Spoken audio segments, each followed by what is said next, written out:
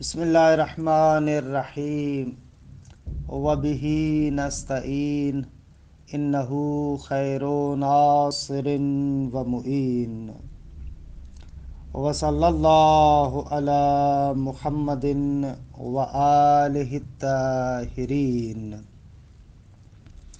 الحمدللہ، خداوند منان کے لطف و کرم سے ہماری گفتگو مغنی الادیب باب اول میں ہے۔ خوب کلمہ ان کے بارے میں گفتگو تھی۔ عرض ہوا کہ ادات ان یا اسمی ہے یا حرفی ہے۔ خوب حرفی چار طریقوں سے ہے، یا حرف مصدری ہے، یا مخففہ من الثقیلہ ہے، یا ان مفسرہ ہے، یا ان زائدہ ہے۔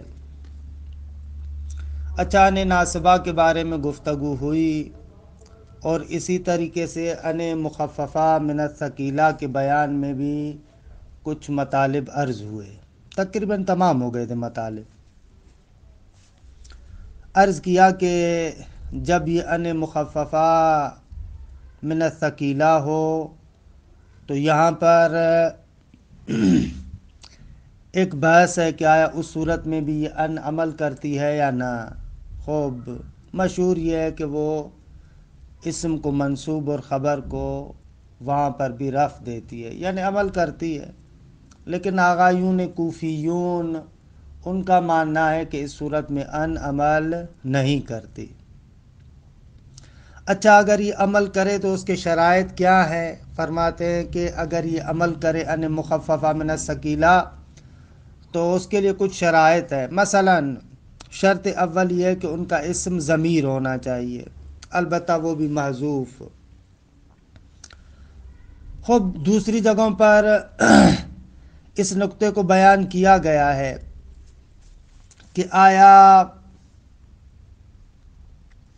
وہ ضمیر شان ہو یا غیر ضمیر شان ہو، تو دوسری جگہوں پر بیان کیا گیا ہے کہ وہ ضمیر شان ہو، لیکن یہاں پر مطلقاً ذکر کرتے ہیں کہ اس کا اسم ضمیر معذوف ہونا چاہیے۔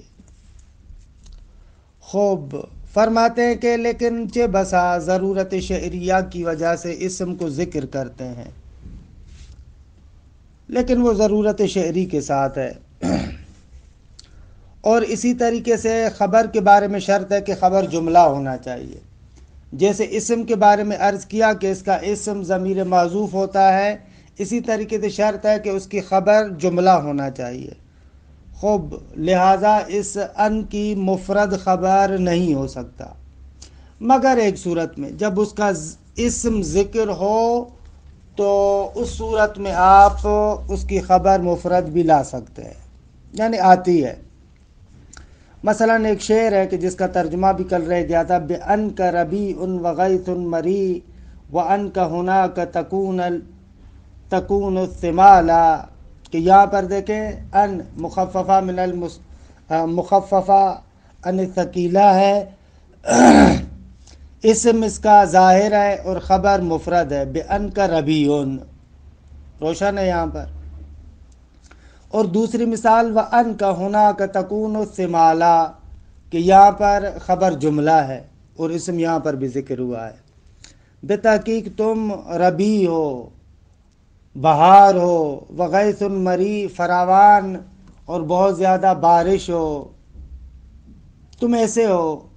وَأَنْكَ هُنَاكَ تَكُونُ الثِّمَالَ، اور بے تحقیق تم کہ یہاں پر بھی اسی کیا کہتے ہیں،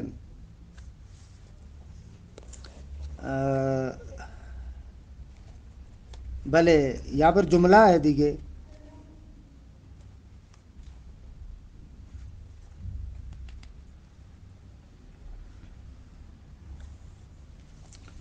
وَأَنْكَ هُنَاكَ تَكُونُ الثِّمَالَ، یہ جملہ خبر ہے، هُنَاكَ تَكُونُ الثِّمَالَ یہ جملہ ہے اور ان کا کے لیے خبر واقع ہو رہا ہے۔ خوب یہ مطلب یہاں پر تمام ہو جاتا ہے۔ اس کے بعد ایک اور بات جو شروع کرتے ہیں کہ یہ تیسری وجہ جو ان کی ہے وہ ان مفسرہ ہے، یعنی اے کی منزلت پر ہے۔ مثلا دیکھیں یہ آیہ کریمہ فَأَوْحَيْنَا إِلَيْهِ أَنِ اصْنَعِ الْفُلْكَ، ہم نے اس کی جانب وحی کی۔ خوب حضرت نوح کی جانب ہم نے وحی کی۔ خوب وہ کیا تھی وحی؟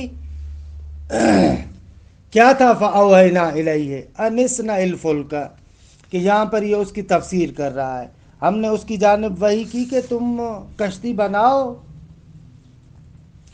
یا مثلا وَنُودُوا أَن تِلْكُمُ الْجَنَّةُ، ان کو ندا دی جائے گی، ان کو بلایا جائے گا، ندا دی جائے گی کہ کیا ہوگی ندا؟ وہ ان تلکم الجنہ، خوب ہمین جنت ازدیگے، وہ مومنین اور جو اچھے لوگ ہیں جو جنتی ہیں ان کو ندا دی جائے گی اور کہا جائے گا یہی جنت دیگے۔ یہاں پر ان مفسرہ ہے۔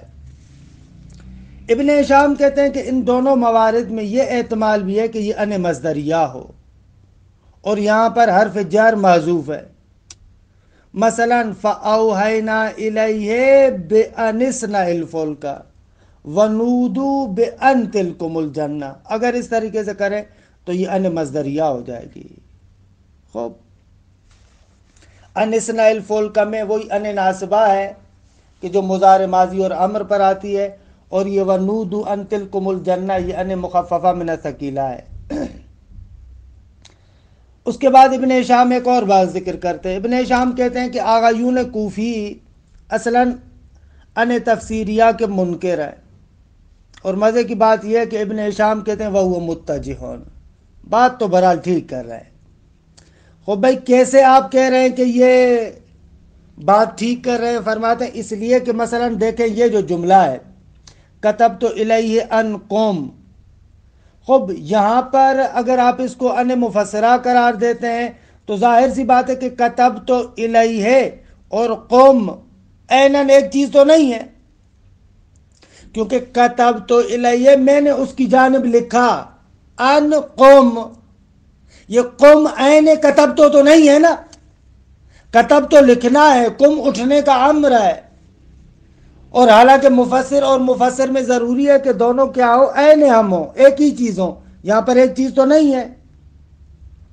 مثلا یہ جو کہا جاتا ہے ھذا اسجد ای ذہبون، خوب یہاں پر اسجد اور ذہب ایک معنی میں ہے، لیکن یہاں پر تو ایسے نہیں ہے کہ کتبت الیہ ان قوم۔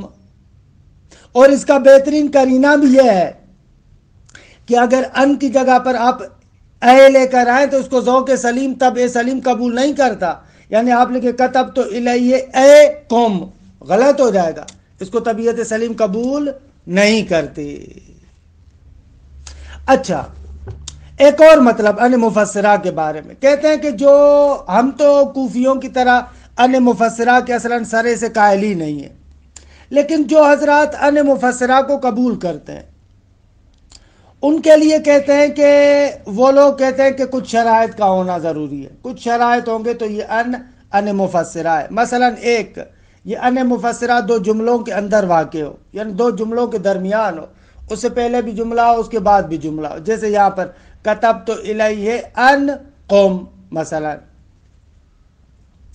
خوب دوسرا یہ ہے کہ جملہ سابقہ جو اس ان سے پہلے والا جملہ ہے وہ معنی قول پر مشتمل ہو، معنی قول پر مشتمل ہو، کہ انشاءاللہ جو شواہد یہاں پر ذکر کرتے ہیں ان میں توضیحات عرض کرتے ہیں۔ تیسرا شرط یہ ہے کہ جملہ سابقہ عین حروف قول پر مشتمل نہ ہو، معنی قول پر مشتمل ہو لیکن عین ہمون مادہ قول پر مشتمل نہ ہو، کیونکہ اگر مادہ قول پر مشتمل ہے تو وہاں پر تو کوئی ابہام وغیرہ نہیں ہے، پھر تو بات بالکل روشن ہے، پھر ان مفسرہ لانے کی کیا ضرورت ہے۔ اور چوتھا یہ کہ اس پہ حرف جار داخل نہ ہو، کیونکہ اگر حرف جار داخل ہوگا تو پتہ چلے گا یہ ان مصدریہ ہے، کیونکہ حروف جارہ کے لیے یہ کہ یہ اس میں سری یا اس میں مؤول پر داخل ہوتے ہیں۔ یہ چار شرائط ہیں۔ دیکھیں عبارت کو، الوجہ الثالث ان تکون مفسرۃ بمنزلۃ اے، آغا وجہ سے وہ ان کے بارے میں یہ کہ یہ ان مفسرہ ہو اے کی منزلت پر۔ نہ وہ جس طریقے سے یہ آیہ کریمہ ہے فَأَوْحَيْنَا إِلَيْهِ أَنِ اصْنَعِ الْفُلْكَ کہ ترجمہ کیا، وَنُودُوا أَن تِلْكُمُ الْجَنَّةُ کہ اس کا بھی ترجمہ کیا، وَتَحْتَمِلُ الْمَصْدَرِيَّةَ ہم نے کہا کہ ان دونوں جگہوں پر ان مفسرہ ہے، لیکن بعض کہتے ہیں کہ بھائی ان ناصبہ بھی ہو سکتی ہے، بِأَن يُقَدَّرَ قَبْلَهَا حرف الجر اس طریقے سے کہ اس سے پہلے آپ حرف جر کو مقدر مانے، یعنی آپ کہیں فَأَوْحَيْنَا إِلَيْهِ بِأَنِ اصْنَعِ الْفُلْكَ کہ خوب اگر حرف جار کو آپ لے کر آئیں گے تو اس صورت میں ان مفسرہ نہیں بن سکتی، کیونکہ حروف جارہ کے لیے کہ وہ اسم پر داخل ہوتے ہیں، اچھا وہ اسم یا صریح ہو یا تعویل مصدر میں آیا ہو، اگر آپ اس کو ان مفسرہ قرار دیں گے تو لازم آئے گا کہ یہ حرف جر جملے پر داخل ہے، یعنی اسم پر داخل نہیں ہے، اب یہ درست نہیں ہے۔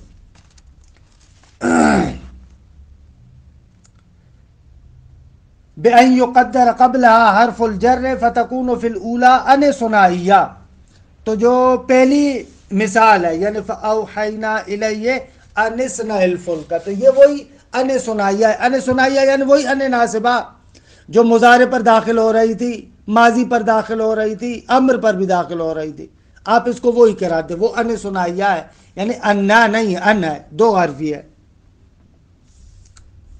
فَتَكُونُ فِي الْأُولَىٰ ان ثنائیہ ان ثنائیۃ لِدُخُولِهَا عَلَى الْأَمْرِ کیونکہ ہم نے کہا تھا کہ ان ثنائیہ ان ناصبہ جو مضارع کو نصب دیتی ہے وہ فعل امر پر بھی داخل ہوتی ہے۔ وَفِي الثَّانِيَةِ الْمُخَفَّفَةِ یعنی فَتَكُونُ فِي الثَّانِيَةِ الْمُخَفَّفَةِ تو دوسرے میں یہ ان مخففہ ہے، کیوں؟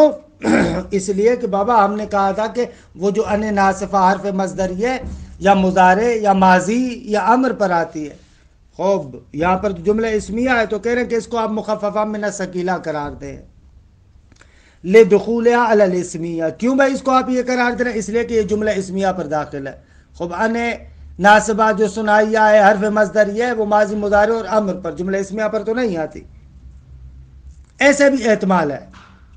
وَأَنِ الْكُوفِيِّينَ آغایون کوفیین سے نقل ہوا ہے، وہ لوگ کہتے ہیں انکار ان التفسیریت البتہ ان التفسیریت البتہ کوفیوں سے یہ ہے کہ وہ ان تفسیریہ کا یقیناً انکار کرتے ہیں، وَهُوَ مُتَّجِعٌ اور یہ بات ان کی مزیدار بھی ہے، ٹھیک بات بھی ہے۔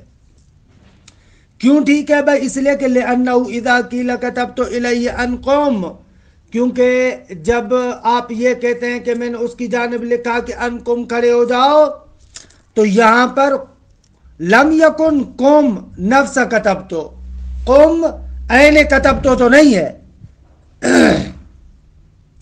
خوب یہاں پر البتہ محقق رضی وغیرہ توجیہ کرتے ہیں، ان لوگوں کا ماننا ہے کہ ہم نے کب کہا کہ قم کتبتو کی تفسیر کر رہا ہے، تاکہ آپ کہیں کہ قوم اور کتبتو کا ایک ہی معنی نہیں ہے، بلکہ ہم یہاں پر کہہ رہے ہیں کہ یہ قوم در حقیقت کتبتو کے مفعول کی تفسیر ہے، یعنی در حقیقت کتبتو الیہ شیئن، اب اس شیئن کی تفسیر اس قوم کے ذریعے سے۔ اگر رضی وغیرہ نے اس طریقے سے اس کلام کو بیان کیا ہے اور ابن ہشام کے اس اعتراض کو یوں جواب دیا ہے، درست ہے۔ لیکن ابن ہشام یہ کہہ رہے لِأَنَّهُ إِذَا قِيلَ كَتَبْتُ إِلَيْهِ أَنْ قُمْ لَمْ يَكُنْ قُمْ نَفْسَ كَتَبْتُ كَمَا كَانَ الذَّهَبُ نَفْسَ الْأَسْجَدِ جیسے ذهب سونا عیناً وہی اسجد ہے اس قول میں، هَذَا أَسْجَدٌ أَيْ ذَهَبٌ۔ خوب اسی وجہ سے کہ ہم نے کہا کہ دونوں عیناً نہیں ہیں، مفسر اور مفسر عین ہم نہیں ہیں، اسی وجہ سے ہم دیکھتے ہیں کہ آپ اے کو ان کی جگہ پر نہیں لا سکتے۔ خوب اگر دونوں حرف ہے، اگر دونوں ایک ہی معنی کے لیے آتے ہیں تو ایک کو دوسرے کی جگہ پر لانے میں کیا حرج ہے؟ وَلِهَذَا لَوْ جِئْتَ بِأَيْ مَكَانَ أَنْ فِي الْمِثَالِ لَمْ تَجِدْهُ مَقْبُولًا فِي الطَّبْ اگر اس مثال میں آپ کتبت الیہ اے کم کہیں گے تو اس کو طبیعت سلیم قبول نہیں کرے گی، یہ بات درست نہیں ہوگی۔ تمام شد وَلَهَا عِنْدَ مُثْبِتِهَا شُرُوطٌ اور ان مفسرہ کے ولہا یعنی اس ان مفسرہ کے لیے ان دا مثبتہ جو اس کو اس بات کرتا ہے یعنی کہتا ہے ان مفسرہ ہے، اس کے نزدیک ان مفسرہ کے لیے کچھ شرائط ہے۔ احدھا ان تقع بین الجملتین، خب دو جملوں کے درمیان واقع ہو، جیسے اوپر بھی دیکھا آپ نے فاوحینا الیہ ان اصنع الفلک، ان اصنع پہلے بھی جملہ ہے بعد میں بھی جملہ ہے، ونودوا ان تلکم الجنہ یہاں پر بھی جملہ اسمیہ ہے۔ دو ان یکون فی الجملۃ السابقۃ معنی القول، شرط دوم یہ ہے کہ گزشتہ جو سے پہلے والا جملہ ہے اس کے اندر قول کا معنی ہو، عیناً قول کی بات نہیں کر رہے لیکن قول کا معنی ہونا چاہیے۔ ومن ہو، اور اسی مورد سے اس آیہ کریمہ کو بھی قرار دیا گیا وانطلق الملأ منہم ان امشوا، انطلاق ویسے کہتے آزاد کرنا، رہا کرنا، تو یہاں پر یہ ہے کہ یعنی اس ملا بڑے لوگوں نے وڈیروں نے اپنی زبان کو آزاد کر دیا، درست ہے، یعنی یہ بولا دیگے وانطلق الملأ منہم ان امشوا کہ تم چلو، چلتے رہو اس طریقے سے۔ خوب چلتے رہو سے بھی مراد یہ نہیں ہے کہ پاؤں سے چلتے رہو، یعنی وہ جو تمہاری روش ہے، وہ جو تمہارا طریقہ ہے، اسی طریقے کو آگے بڑھاتے جاؤ، اسی پر آگے چلتے جاؤ۔ تو یہاں پر بھی دیکھیں نا وانطلق الملأ، انطلاق یہ وہی معنی قول میں ہے۔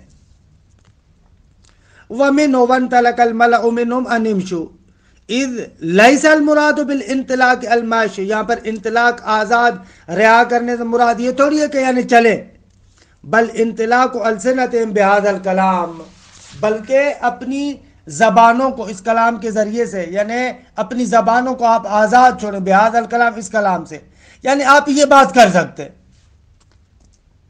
کما انہ لیس المراد بالمشی المشی المتعارف، اور یہ بھی جو کہا گیا کہ ان امشوا، اب یہاں پر بھی مشی سے مراد یہ تھوڑی ہے کہ پیدل چلنا شروع کر دو، بلکہ کیا مراد ہے بل الاستمرار علی الشیء، یعنی وہی جو تم لوگوں کا طریقہ ہے اسی طریقے کو آگے بڑھاؤ۔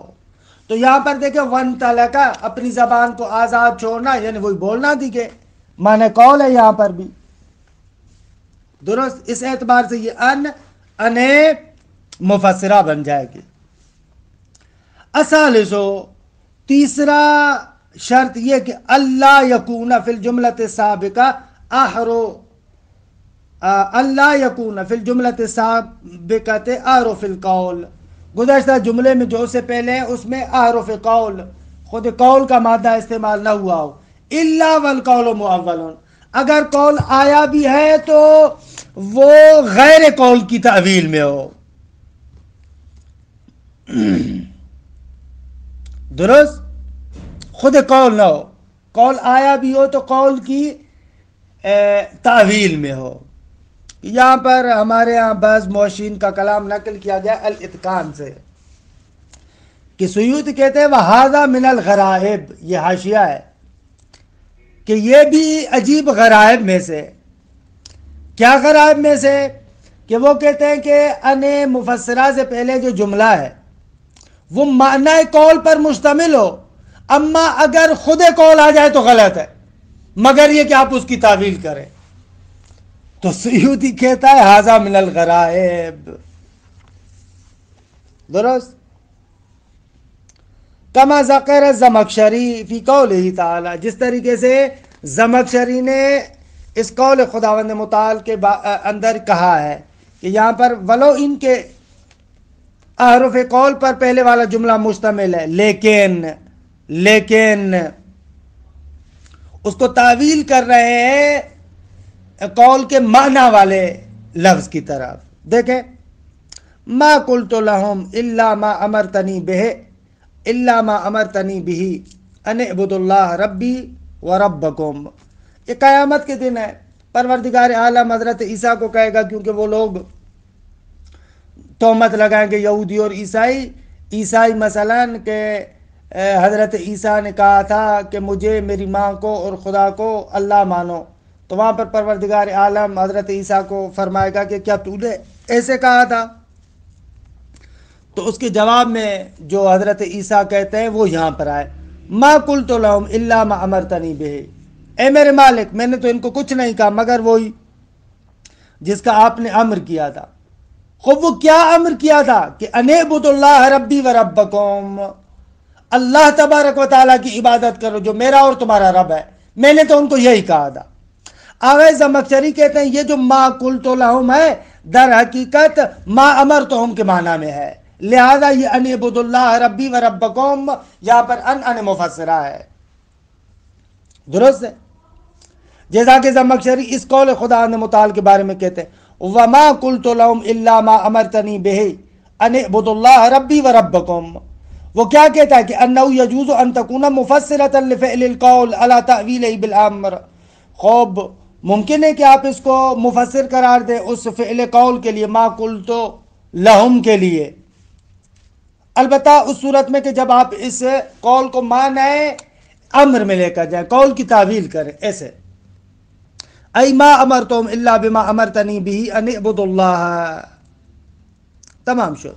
شرط چہارم یہ کہ اس پر حرف جار داخل نہ ہو، اللہ یدخل علیہ جارون، کہ اس پر حرف جر داخل نہ ہوا ہو، فلو قلت کتبت الیہ بان افعل کانت مصدریتا، کیونکہ معلوم ہے بارہا آپ کو عرض کیا ہے کہ اگر حرف جار داخل ہو جائے تو اس صورت میں یہ ان مفسرہ نہیں ہو سکتی، کیونکہ حرف جار اسم پر داخل ہوتا ہے، لہذا آپ کو فرض کرنا پڑے گا کہ یہ ان مصدریہ ہے۔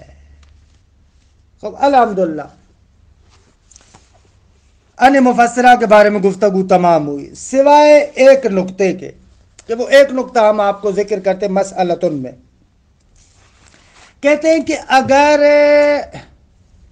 ایک کلام میں ان وارد ہو اور اس کلام میں یہ صلاحیت ہے، اس جگہ پر صلاحیت ہے، شرائط موجود ہے کہ آپ اس کو ان مفسرہ قرار دے سکتے ہیں، اور اس کے بعد ان کے بعد مضارع بھی آتا ہے لیکن البتہ مضارع لا کے ساتھ، تو کہتے ہیں ایسی صورت میں چند وجوہ جائز ہیں، یعنی اس کے بعد والا جو مضارع ہے آپ اس کو مرفوع بھی پڑھ سکتے ہیں، جزم بھی دے سکتے ہیں، اور حتیٰ نصب بھی دے سکتے ہیں۔ کیوں؟ عبارت میں آئے عرض کرتے اذا ولی ان الصالحۃ للتفسیر، الصالحۃ للتفسیر ولی ان مضارع فاعل ان کے لیے، جب وہ ان جو صلاحیت رکھتی ہے تفسیر کے لیے اس کے بعد واقع ہو، کیا واقع ہو؟ مضارع کہ معہ لا، ان مفعول ہے اور مضارع معہ لا ولی کے لیے فاعل ہے، جب وہ مضارع کے جو لا کے ساتھ واقع ہو اس ان کے بعد کہ الصالحۃ للتفسیر، جس کے اندر صلاحیت ہے کہ آپ اس کو ان مفسرہ قرار دے سکتے ہو، نہ وہ اشرت الیہ ان لا تفعلوا، ان لا تفعل، ان لا تفعل، تینوں اعراب دے سکتے ہیں آپ۔ متوجہ ہیں کیا عرض کرنا چاہ رہے ہیں؟ جاز رفعہ، پہلی صورت یہ کہ ان لا تفعلوا بھی پڑھ سکتے ہیں، کیوں بھائی؟ الا تقدیر لا النافیہ، ان مفسرہ اور لا کو آپ لا نافیہ قرار دے، اشرت الیہ میں نے اس کی طرف اشارہ کیا، کیا اشارہ کیا؟ کہ ان لا تفعلو، کہ تو یہ کام نہیں کر رہا، وجزمہ رفعہ پر عطف، اس کو آپ جزم بھی دے سکتے ہیں، الا تقدیر یا ناہیتن، آپ اس کو لا کو ناہیہ قرار دے، اشرت الیہ میں نے اس کی طرف اشارہ کیا، کیا؟ ان لا تفعل، اشارہ یہ کیا کہ تو یہ کام نہ کر، وعلیہما فان مفسرہ، ان دونوں صورتوں میں چاہے رفع دیں چاہے نصب دیں، چاہے رفع دیں چاہے جزم دیں، یعنی لا کو نافیہ مانے یا لا کو ناہیہ مانے، ان دونوں صورتوں میں یہ ان مفسرہ ہے۔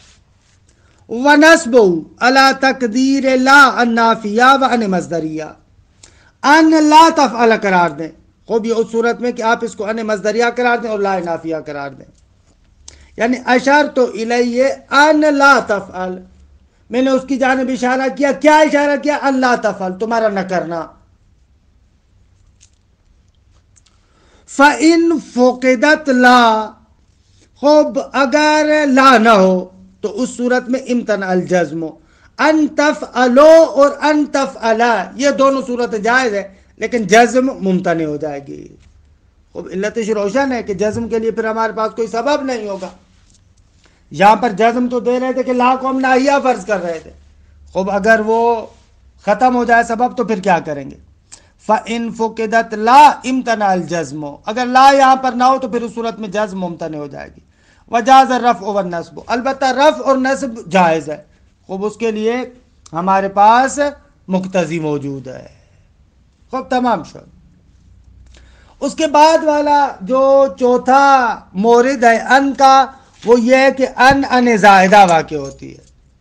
اگر یہ ان زائدہ 4 مواقع پر آتی ہے کہ ان کو ذکر کر رہے ہیں، کوئی اتنا مشکل نہیں ہے، آسان ہے، لہذا ہم بھی جلدی میں جائیں گے۔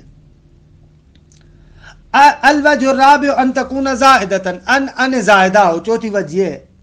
فرماتے وَلَهَا أَرْبَعَةُ مَوَاضِعَ، خوب کہ اس کے 4 مورد ہیں، البتہ ان 4 موارد میں بھی 2 موارد غالبی ہیں اور 2 نادر ہیں۔ احدها کہ وهو الاکثر، سب سے زیادہ یہ ہے، وہ کیا ہے؟ ان تقع بعد لما توقیتیہ، لما توقیتیہ کے بعد وارد ہو۔ اچھا، چند دنوں کے بعد انشاءاللہ لما کے بارے میں ہم گفتگو کریں گے کہ لما کے 3 طرح کے استعمال ہیں۔ ایک مرتبہ نافیہ جازمہ مضارع ہوتا ہے، ایک مرتبہ استثنائیہ ہوتا ہے، خوب جب جملہ اسمیہ پر آتا ہے تو وہاں پر لما الا کے معنی میں، اور ایک مرتبہ شرطیہ وقتیہ ہوتا ہے جو ماضی پر داخل ہوتا ہے۔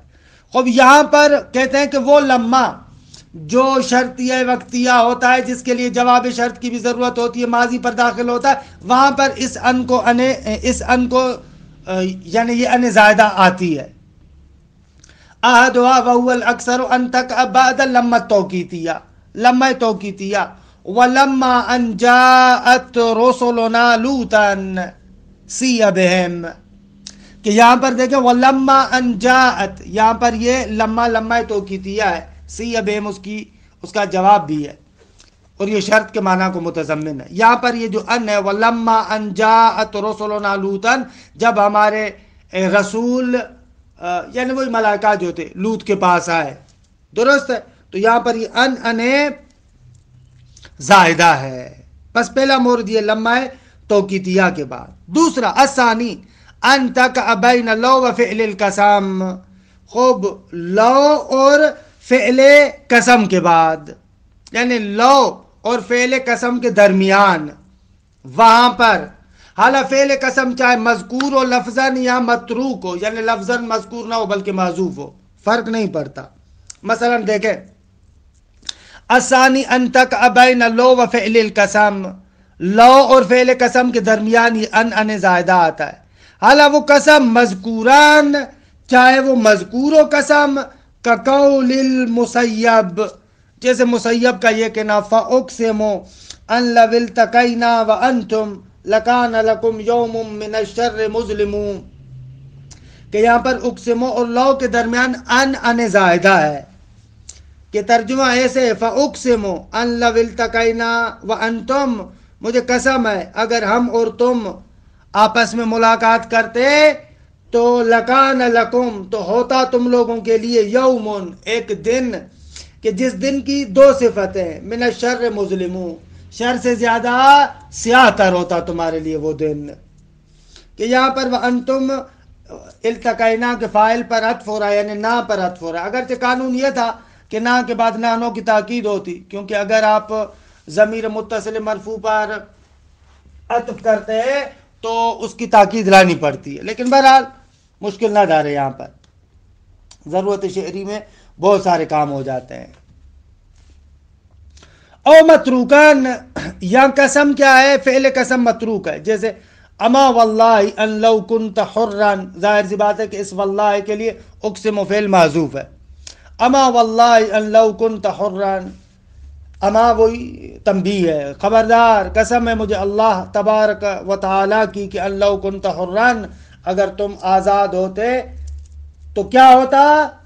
وہ جزا جو ہے وہ کیا ہے؟ محذوف ہے، جواب قسم و جزا دونوں محذوف ہے، یعنی قسم بخدا اگر تم حر اور آزاد ہوتے تو لقاومتک، جواب یہ ہے کیونکہ وما بالحر انت وللعتیق یہ جملہ حالیہ ہے، در حالی کہ تم نہ ہی حر ہو اور نہ ہی آزاد ہو.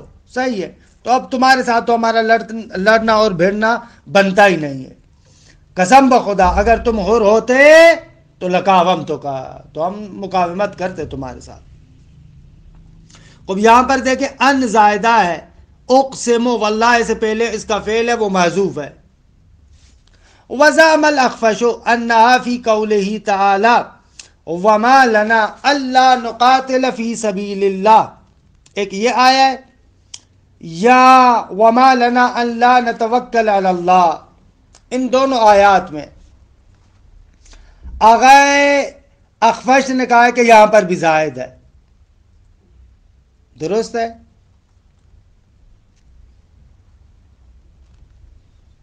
نہ عبارت خوب میرے پاس یہ دو کتابیں، خوب ایک کتاب میں عبارت درست نہیں ہے، درمیان میں چھوڑ دی ہم نے عبارت. خوب ان اور پہلا تو عرض کیا کہ لمحہ توقیتیہ کے بعد ہی ان زائدہ ہے، دوسرا لو اور فعل قسم کے درمیان، تیسرا الثالث وهو نادرون، بلے نادر ہے مورد. وہ کیا ہے؟ ان تک بین القاف و مخفوظها، کاف اور اس کے مجرور کے درمیان واقع ہو، کقول مجمع ابن ہلال ابعت له رمحا طویلا وعلتا کأن قبس یعلا بها حین تشرع، کہ یہاں پر کاف اور قبسین ان دونوں کے درمیان ان زائدہ ہے. کأن قبسین، یہ کاف اصل میں قبس پر داخل ہے، ان دونوں کے درمیان زائدہ آیا ہے. ابعت له رمحا طویلا، میں نے اس کے لیے آمادہ کیا ایک بہت بڑا نیزہ، وعلتن اور نیزے کا جو سرا ہے یعنی جو نیزے کی چوٹی ہے وہ، کأن قبسن کہ وہ علتن کس طریقے سے، کأن قبسن اس آگ کے شعلے کی طرح کہ یعلا بها حین تشرع، جس کو یعنی وہ مشتعل کیا جاتا ہے، جلایا جاتا ہے، اس طریقے سے ہمارے نیزے کی انی، یعنی بہرحال پتہ لگ جائے گا تمہیں. شاید مثال ہے کأن میں، کأن قبسن، کاف زائدہ، یہاں پر ان زائدہ ہے. البتہ فی روایت من جر قبسین، یہ شاید مثال اس صورت میں کہ جب آپ اس کو پڑھیں کأن قبسین جر کے ساتھ، کیونکہ بعض نے اس کو رف کے ساتھ پڑھا ہے کأن قبسون، بعض نے اس کو نصب کے ساتھ پڑھا ہے کأن قبسان، تو ان دونوں صورتوں میں ہمارا شاید مثال نہیں ہوگا. البتہ اگر رف کے ساتھ پڑھیں گے تو یہ کأن کا مخفف ہوگا، کأن اور مخفف بھی ہے اور اس کو عمل سے محمل قرار دیا گیا ہے. اور نصب والی صورت میں بھی آپ کہیں گے کہ یہ کأن کا مخفف ہے لیکن اس کو عمل دیا گیا ہے. تو ان دونوں صورتوں میں تو شاید مثال نہیں ہے، شاید مثال ہے کہ آپ پڑھیں کأن قبسن. الرابع بعد اذا، خوب چوتھا مورد کے اذا کے بعد، کہ البتہ یہ کاف اور اس کے مجرور اور اذا والا نادر مورد ہے. فَأَمْهَلَهُ حَتَّى إِذَا أَنْ كَأَنَّهُ مُعَاتِ يَدٍ مِّن جَمَّةِ الْمَاءِ غَارِفُ. خوب یہاں پر کیا ہے؟ اذا کے بعد یہ جو ان ہے یہ ان زائدہ ہے. اب یہاں پر آیا ہے کہ آغا اخفش کہتے ہیں کہ بھائی یہ جو آپ نے بیان کیا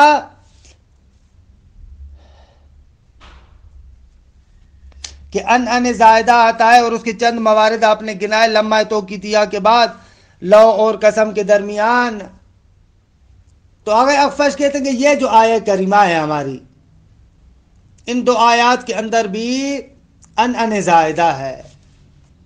درست ہے. وزعم الاخفش انہا تزاد فی غیر ذالک، آغا اخفش کہتے ہیں کہ بابا ان موارد کے علاوہ موارد میں بھی ان زائدہ آتا ہے. وَأَنَّهَا تَنْسِبُ الْمُضَارِعَ كَمَا تَجُرُّ مِنْ وَبَاءَ الزَّائِدَتَانِ الْإِسْمَ. آغا ایک طرف سے آپ اس کو ان زائدہ بھی قرار دے رہے ہیں اور کہہ رہے ہیں کہ مضارع کو وہ نصب بھی دیتا ہے. اب یہ تو عجیب بات آپ کر رہے ہیں، کہہ رہے ہیں کہ نہ عجیب نہیں ہے، کیسے من اور با جو زائد ہیں اور اسم کو جر بھی دیتے ہیں. اب زائد ہونا عمل کرنے سے تو معنی نہیں بنتا. وَزَعَمَ الْأَخْفَشُ أَنَّهَا تُزَادُ فِي غَيْرِ ذَلِكَ، ان موارد کے علاوہ میں بھی زائد آتا ہے. وَأَنَّهَا تَنْصِبُ الْمُضَارِعَ كَمَا تَجُرُّ مِنْ وَبَاءَ الزَّائِدَتَانِ الْإِسْمَ، جیسے من وبا جو زائد ہے وہ اسم کو جر دیتے ہیں، یہ اسی طریقے سے مضارع کو نصب دیتا ہے. وَجَعَلَ مِنْهُ، اور ان موارد زائد میں سے ان دو آیات کو قرار دیا ہے. وَمَا لَنَا أَلَّا نَتَوَكَّلَ عَلَى اللَّهِ، کہ یہ ان زائدہ ہے. وَمَا لَنَا أَلَّا نُقَاتِلَ فِي سَبِيلِ اللَّهِ، یعنی ان لا نقاتل فی سبیل اللہ، یہاں پر ان زائدہ ہے. وقال غیرہ ہی فی ذالک مصدریہ، بعض کہتے ہیں کہ نا یہ ان مصدریہ ہے، نہ کہ ان زائدہ ہے. خوب، اور اس کے بعد مثلا کہا گیا کہ ما لنا ما منعنا، اس معنی میں ہے. ثم قیل ضمن ما لنا معنی ما منعنا، یہاں پر پھر ما لنا یعنی ما منعنا اس معنی میں ہے. اور پھر لام کو آپ کیا کریں، لا کو زائدہ قرار دیں. درست ہے. آپ کہیں ما لنا یعنی ما منعنا، کس چیز نے ہم کو منع کیا کہ ان نتوکل علی اللہ، اس صورت میں پھر آپ کو لا کو زائدہ ماننا پڑے گا. اگر لنا کا منعنا مانا کر رہے ہیں تو پھر آپ لا کا معنی نہیں کر سکتے، کیونکہ مطلب غلط ہو جائے گا. اگر لنا کو منعنا کے معنی کرے تو پھر لا کو زائدہ مانے. کیوں؟ اگر لا کو زائدہ نہیں مانیں گے تو خلاف مقصود ہو جائے گا. پھر معنی یہ ہوگا ما منعنا، کس چیز نے ہم کو منع کیا ہے کہ اللہ نتوکل علی اللہ، کہ ہم اللہ پر توکل نہ کریں. یعنی اللہ پر توکل نہ کرنے پر کس چیز نے منع کیا ہے. حالانکہ یہ نہیں کہنا چاہ رہے، بلکہ کہنا یہ چاہ رہے ہیں کہ اللہ پر توکل کرنے سے کون سی چیز منع کرتی ہے. تو اگر لنا کو منعنا کے معنی میں لیں گے تو لا کو زائدہ لینا پڑے گا. وفیہ نظرون، آگا یہ غلط ہے، اس میں نظر ہے، اشکال ہے. کیونکہ اولاً جب آپ لنا کہہ رہے ہیں اور لا کو زائدہ قرار دے رہے ہیں تو ان نتوکل اس کو آپ مفعول بنا رہے ہیں لنا کے لیے، تو کہہ رہے ہیں کہ بابا جار و مجرور مفعول بھی کو آ کر نصب دیں. یہ بات تو سمجھ میں آنے والی نہیں ہے. درست ہے.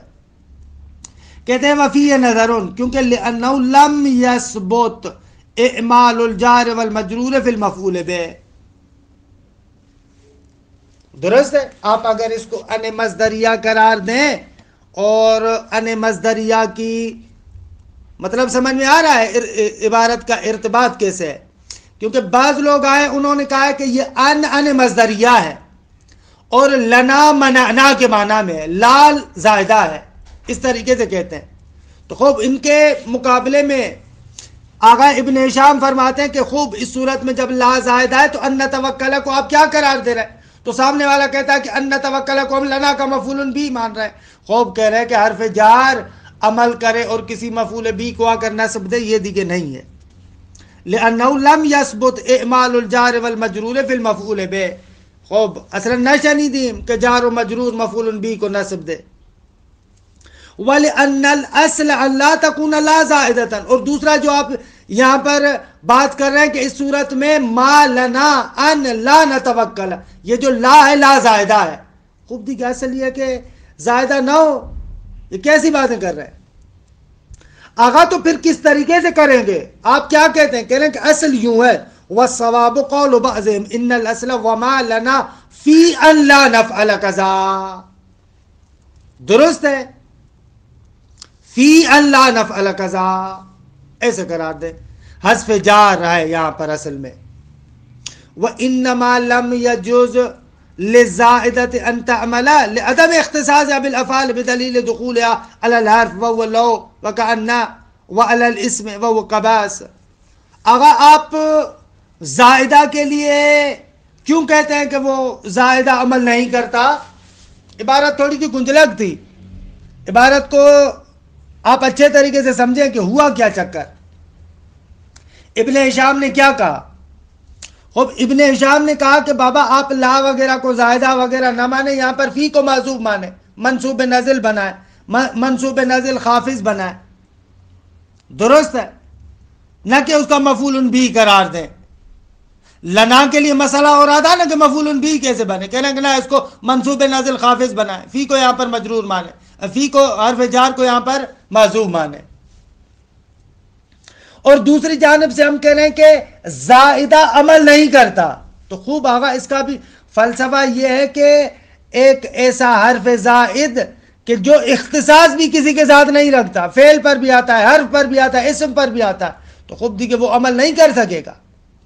وہاں پر جو آپ کہتے کہ من و با جو زائد ہے وہ عمل کرتے ہیں، تو بہرحال وہ اسم کے ساتھ مخصوص ہیں، وہ فعل اور حرف پر تو داخل نہیں ہوتے، ان کے اندر اختصاص اپنی جگہ پر محفوظ ہے، لیکن آپ یہاں پر اختصاص کو خراب کر رہے ہیں. وَإِنَّمَا لَمْ يَجُزْ لِلزَّائِدَةِ أَن تَعْمَلَ، کیونکہ لِعَدَمِ اختصاص یا بالافعال، افعال کے ساتھ مخصوص نہیں ہے. بھائی کیسے افعال کے ساتھ مخصوص نہیں ہے؟ کہہ رہے ہیں کہ اس لیے کہ بدلیل دخولها علی الحرف وهو لو، آپ نے دیکھا کہ حرف پر بھی داخل ہوتا ہے، لو پر، کأن پر، اسم پر بھی داخل ہوتا ہے جیسے قبسن، تو لہذا جب فعل کے ساتھ مخصوص نہیں ہے تو وہ والا عمل بھی یہاں پر نہیں کر پائے گا. کہ خوب انشاءاللہ باقی ایک بحث ہے اس ان کے بارے میں، اس کو ذکر کر کے کہ انشاءاللہ ان کا پروندہ بھی بند کریں گے. وصلی اللہ علی محمد و آل بیتہ الطیبین الطاہرین.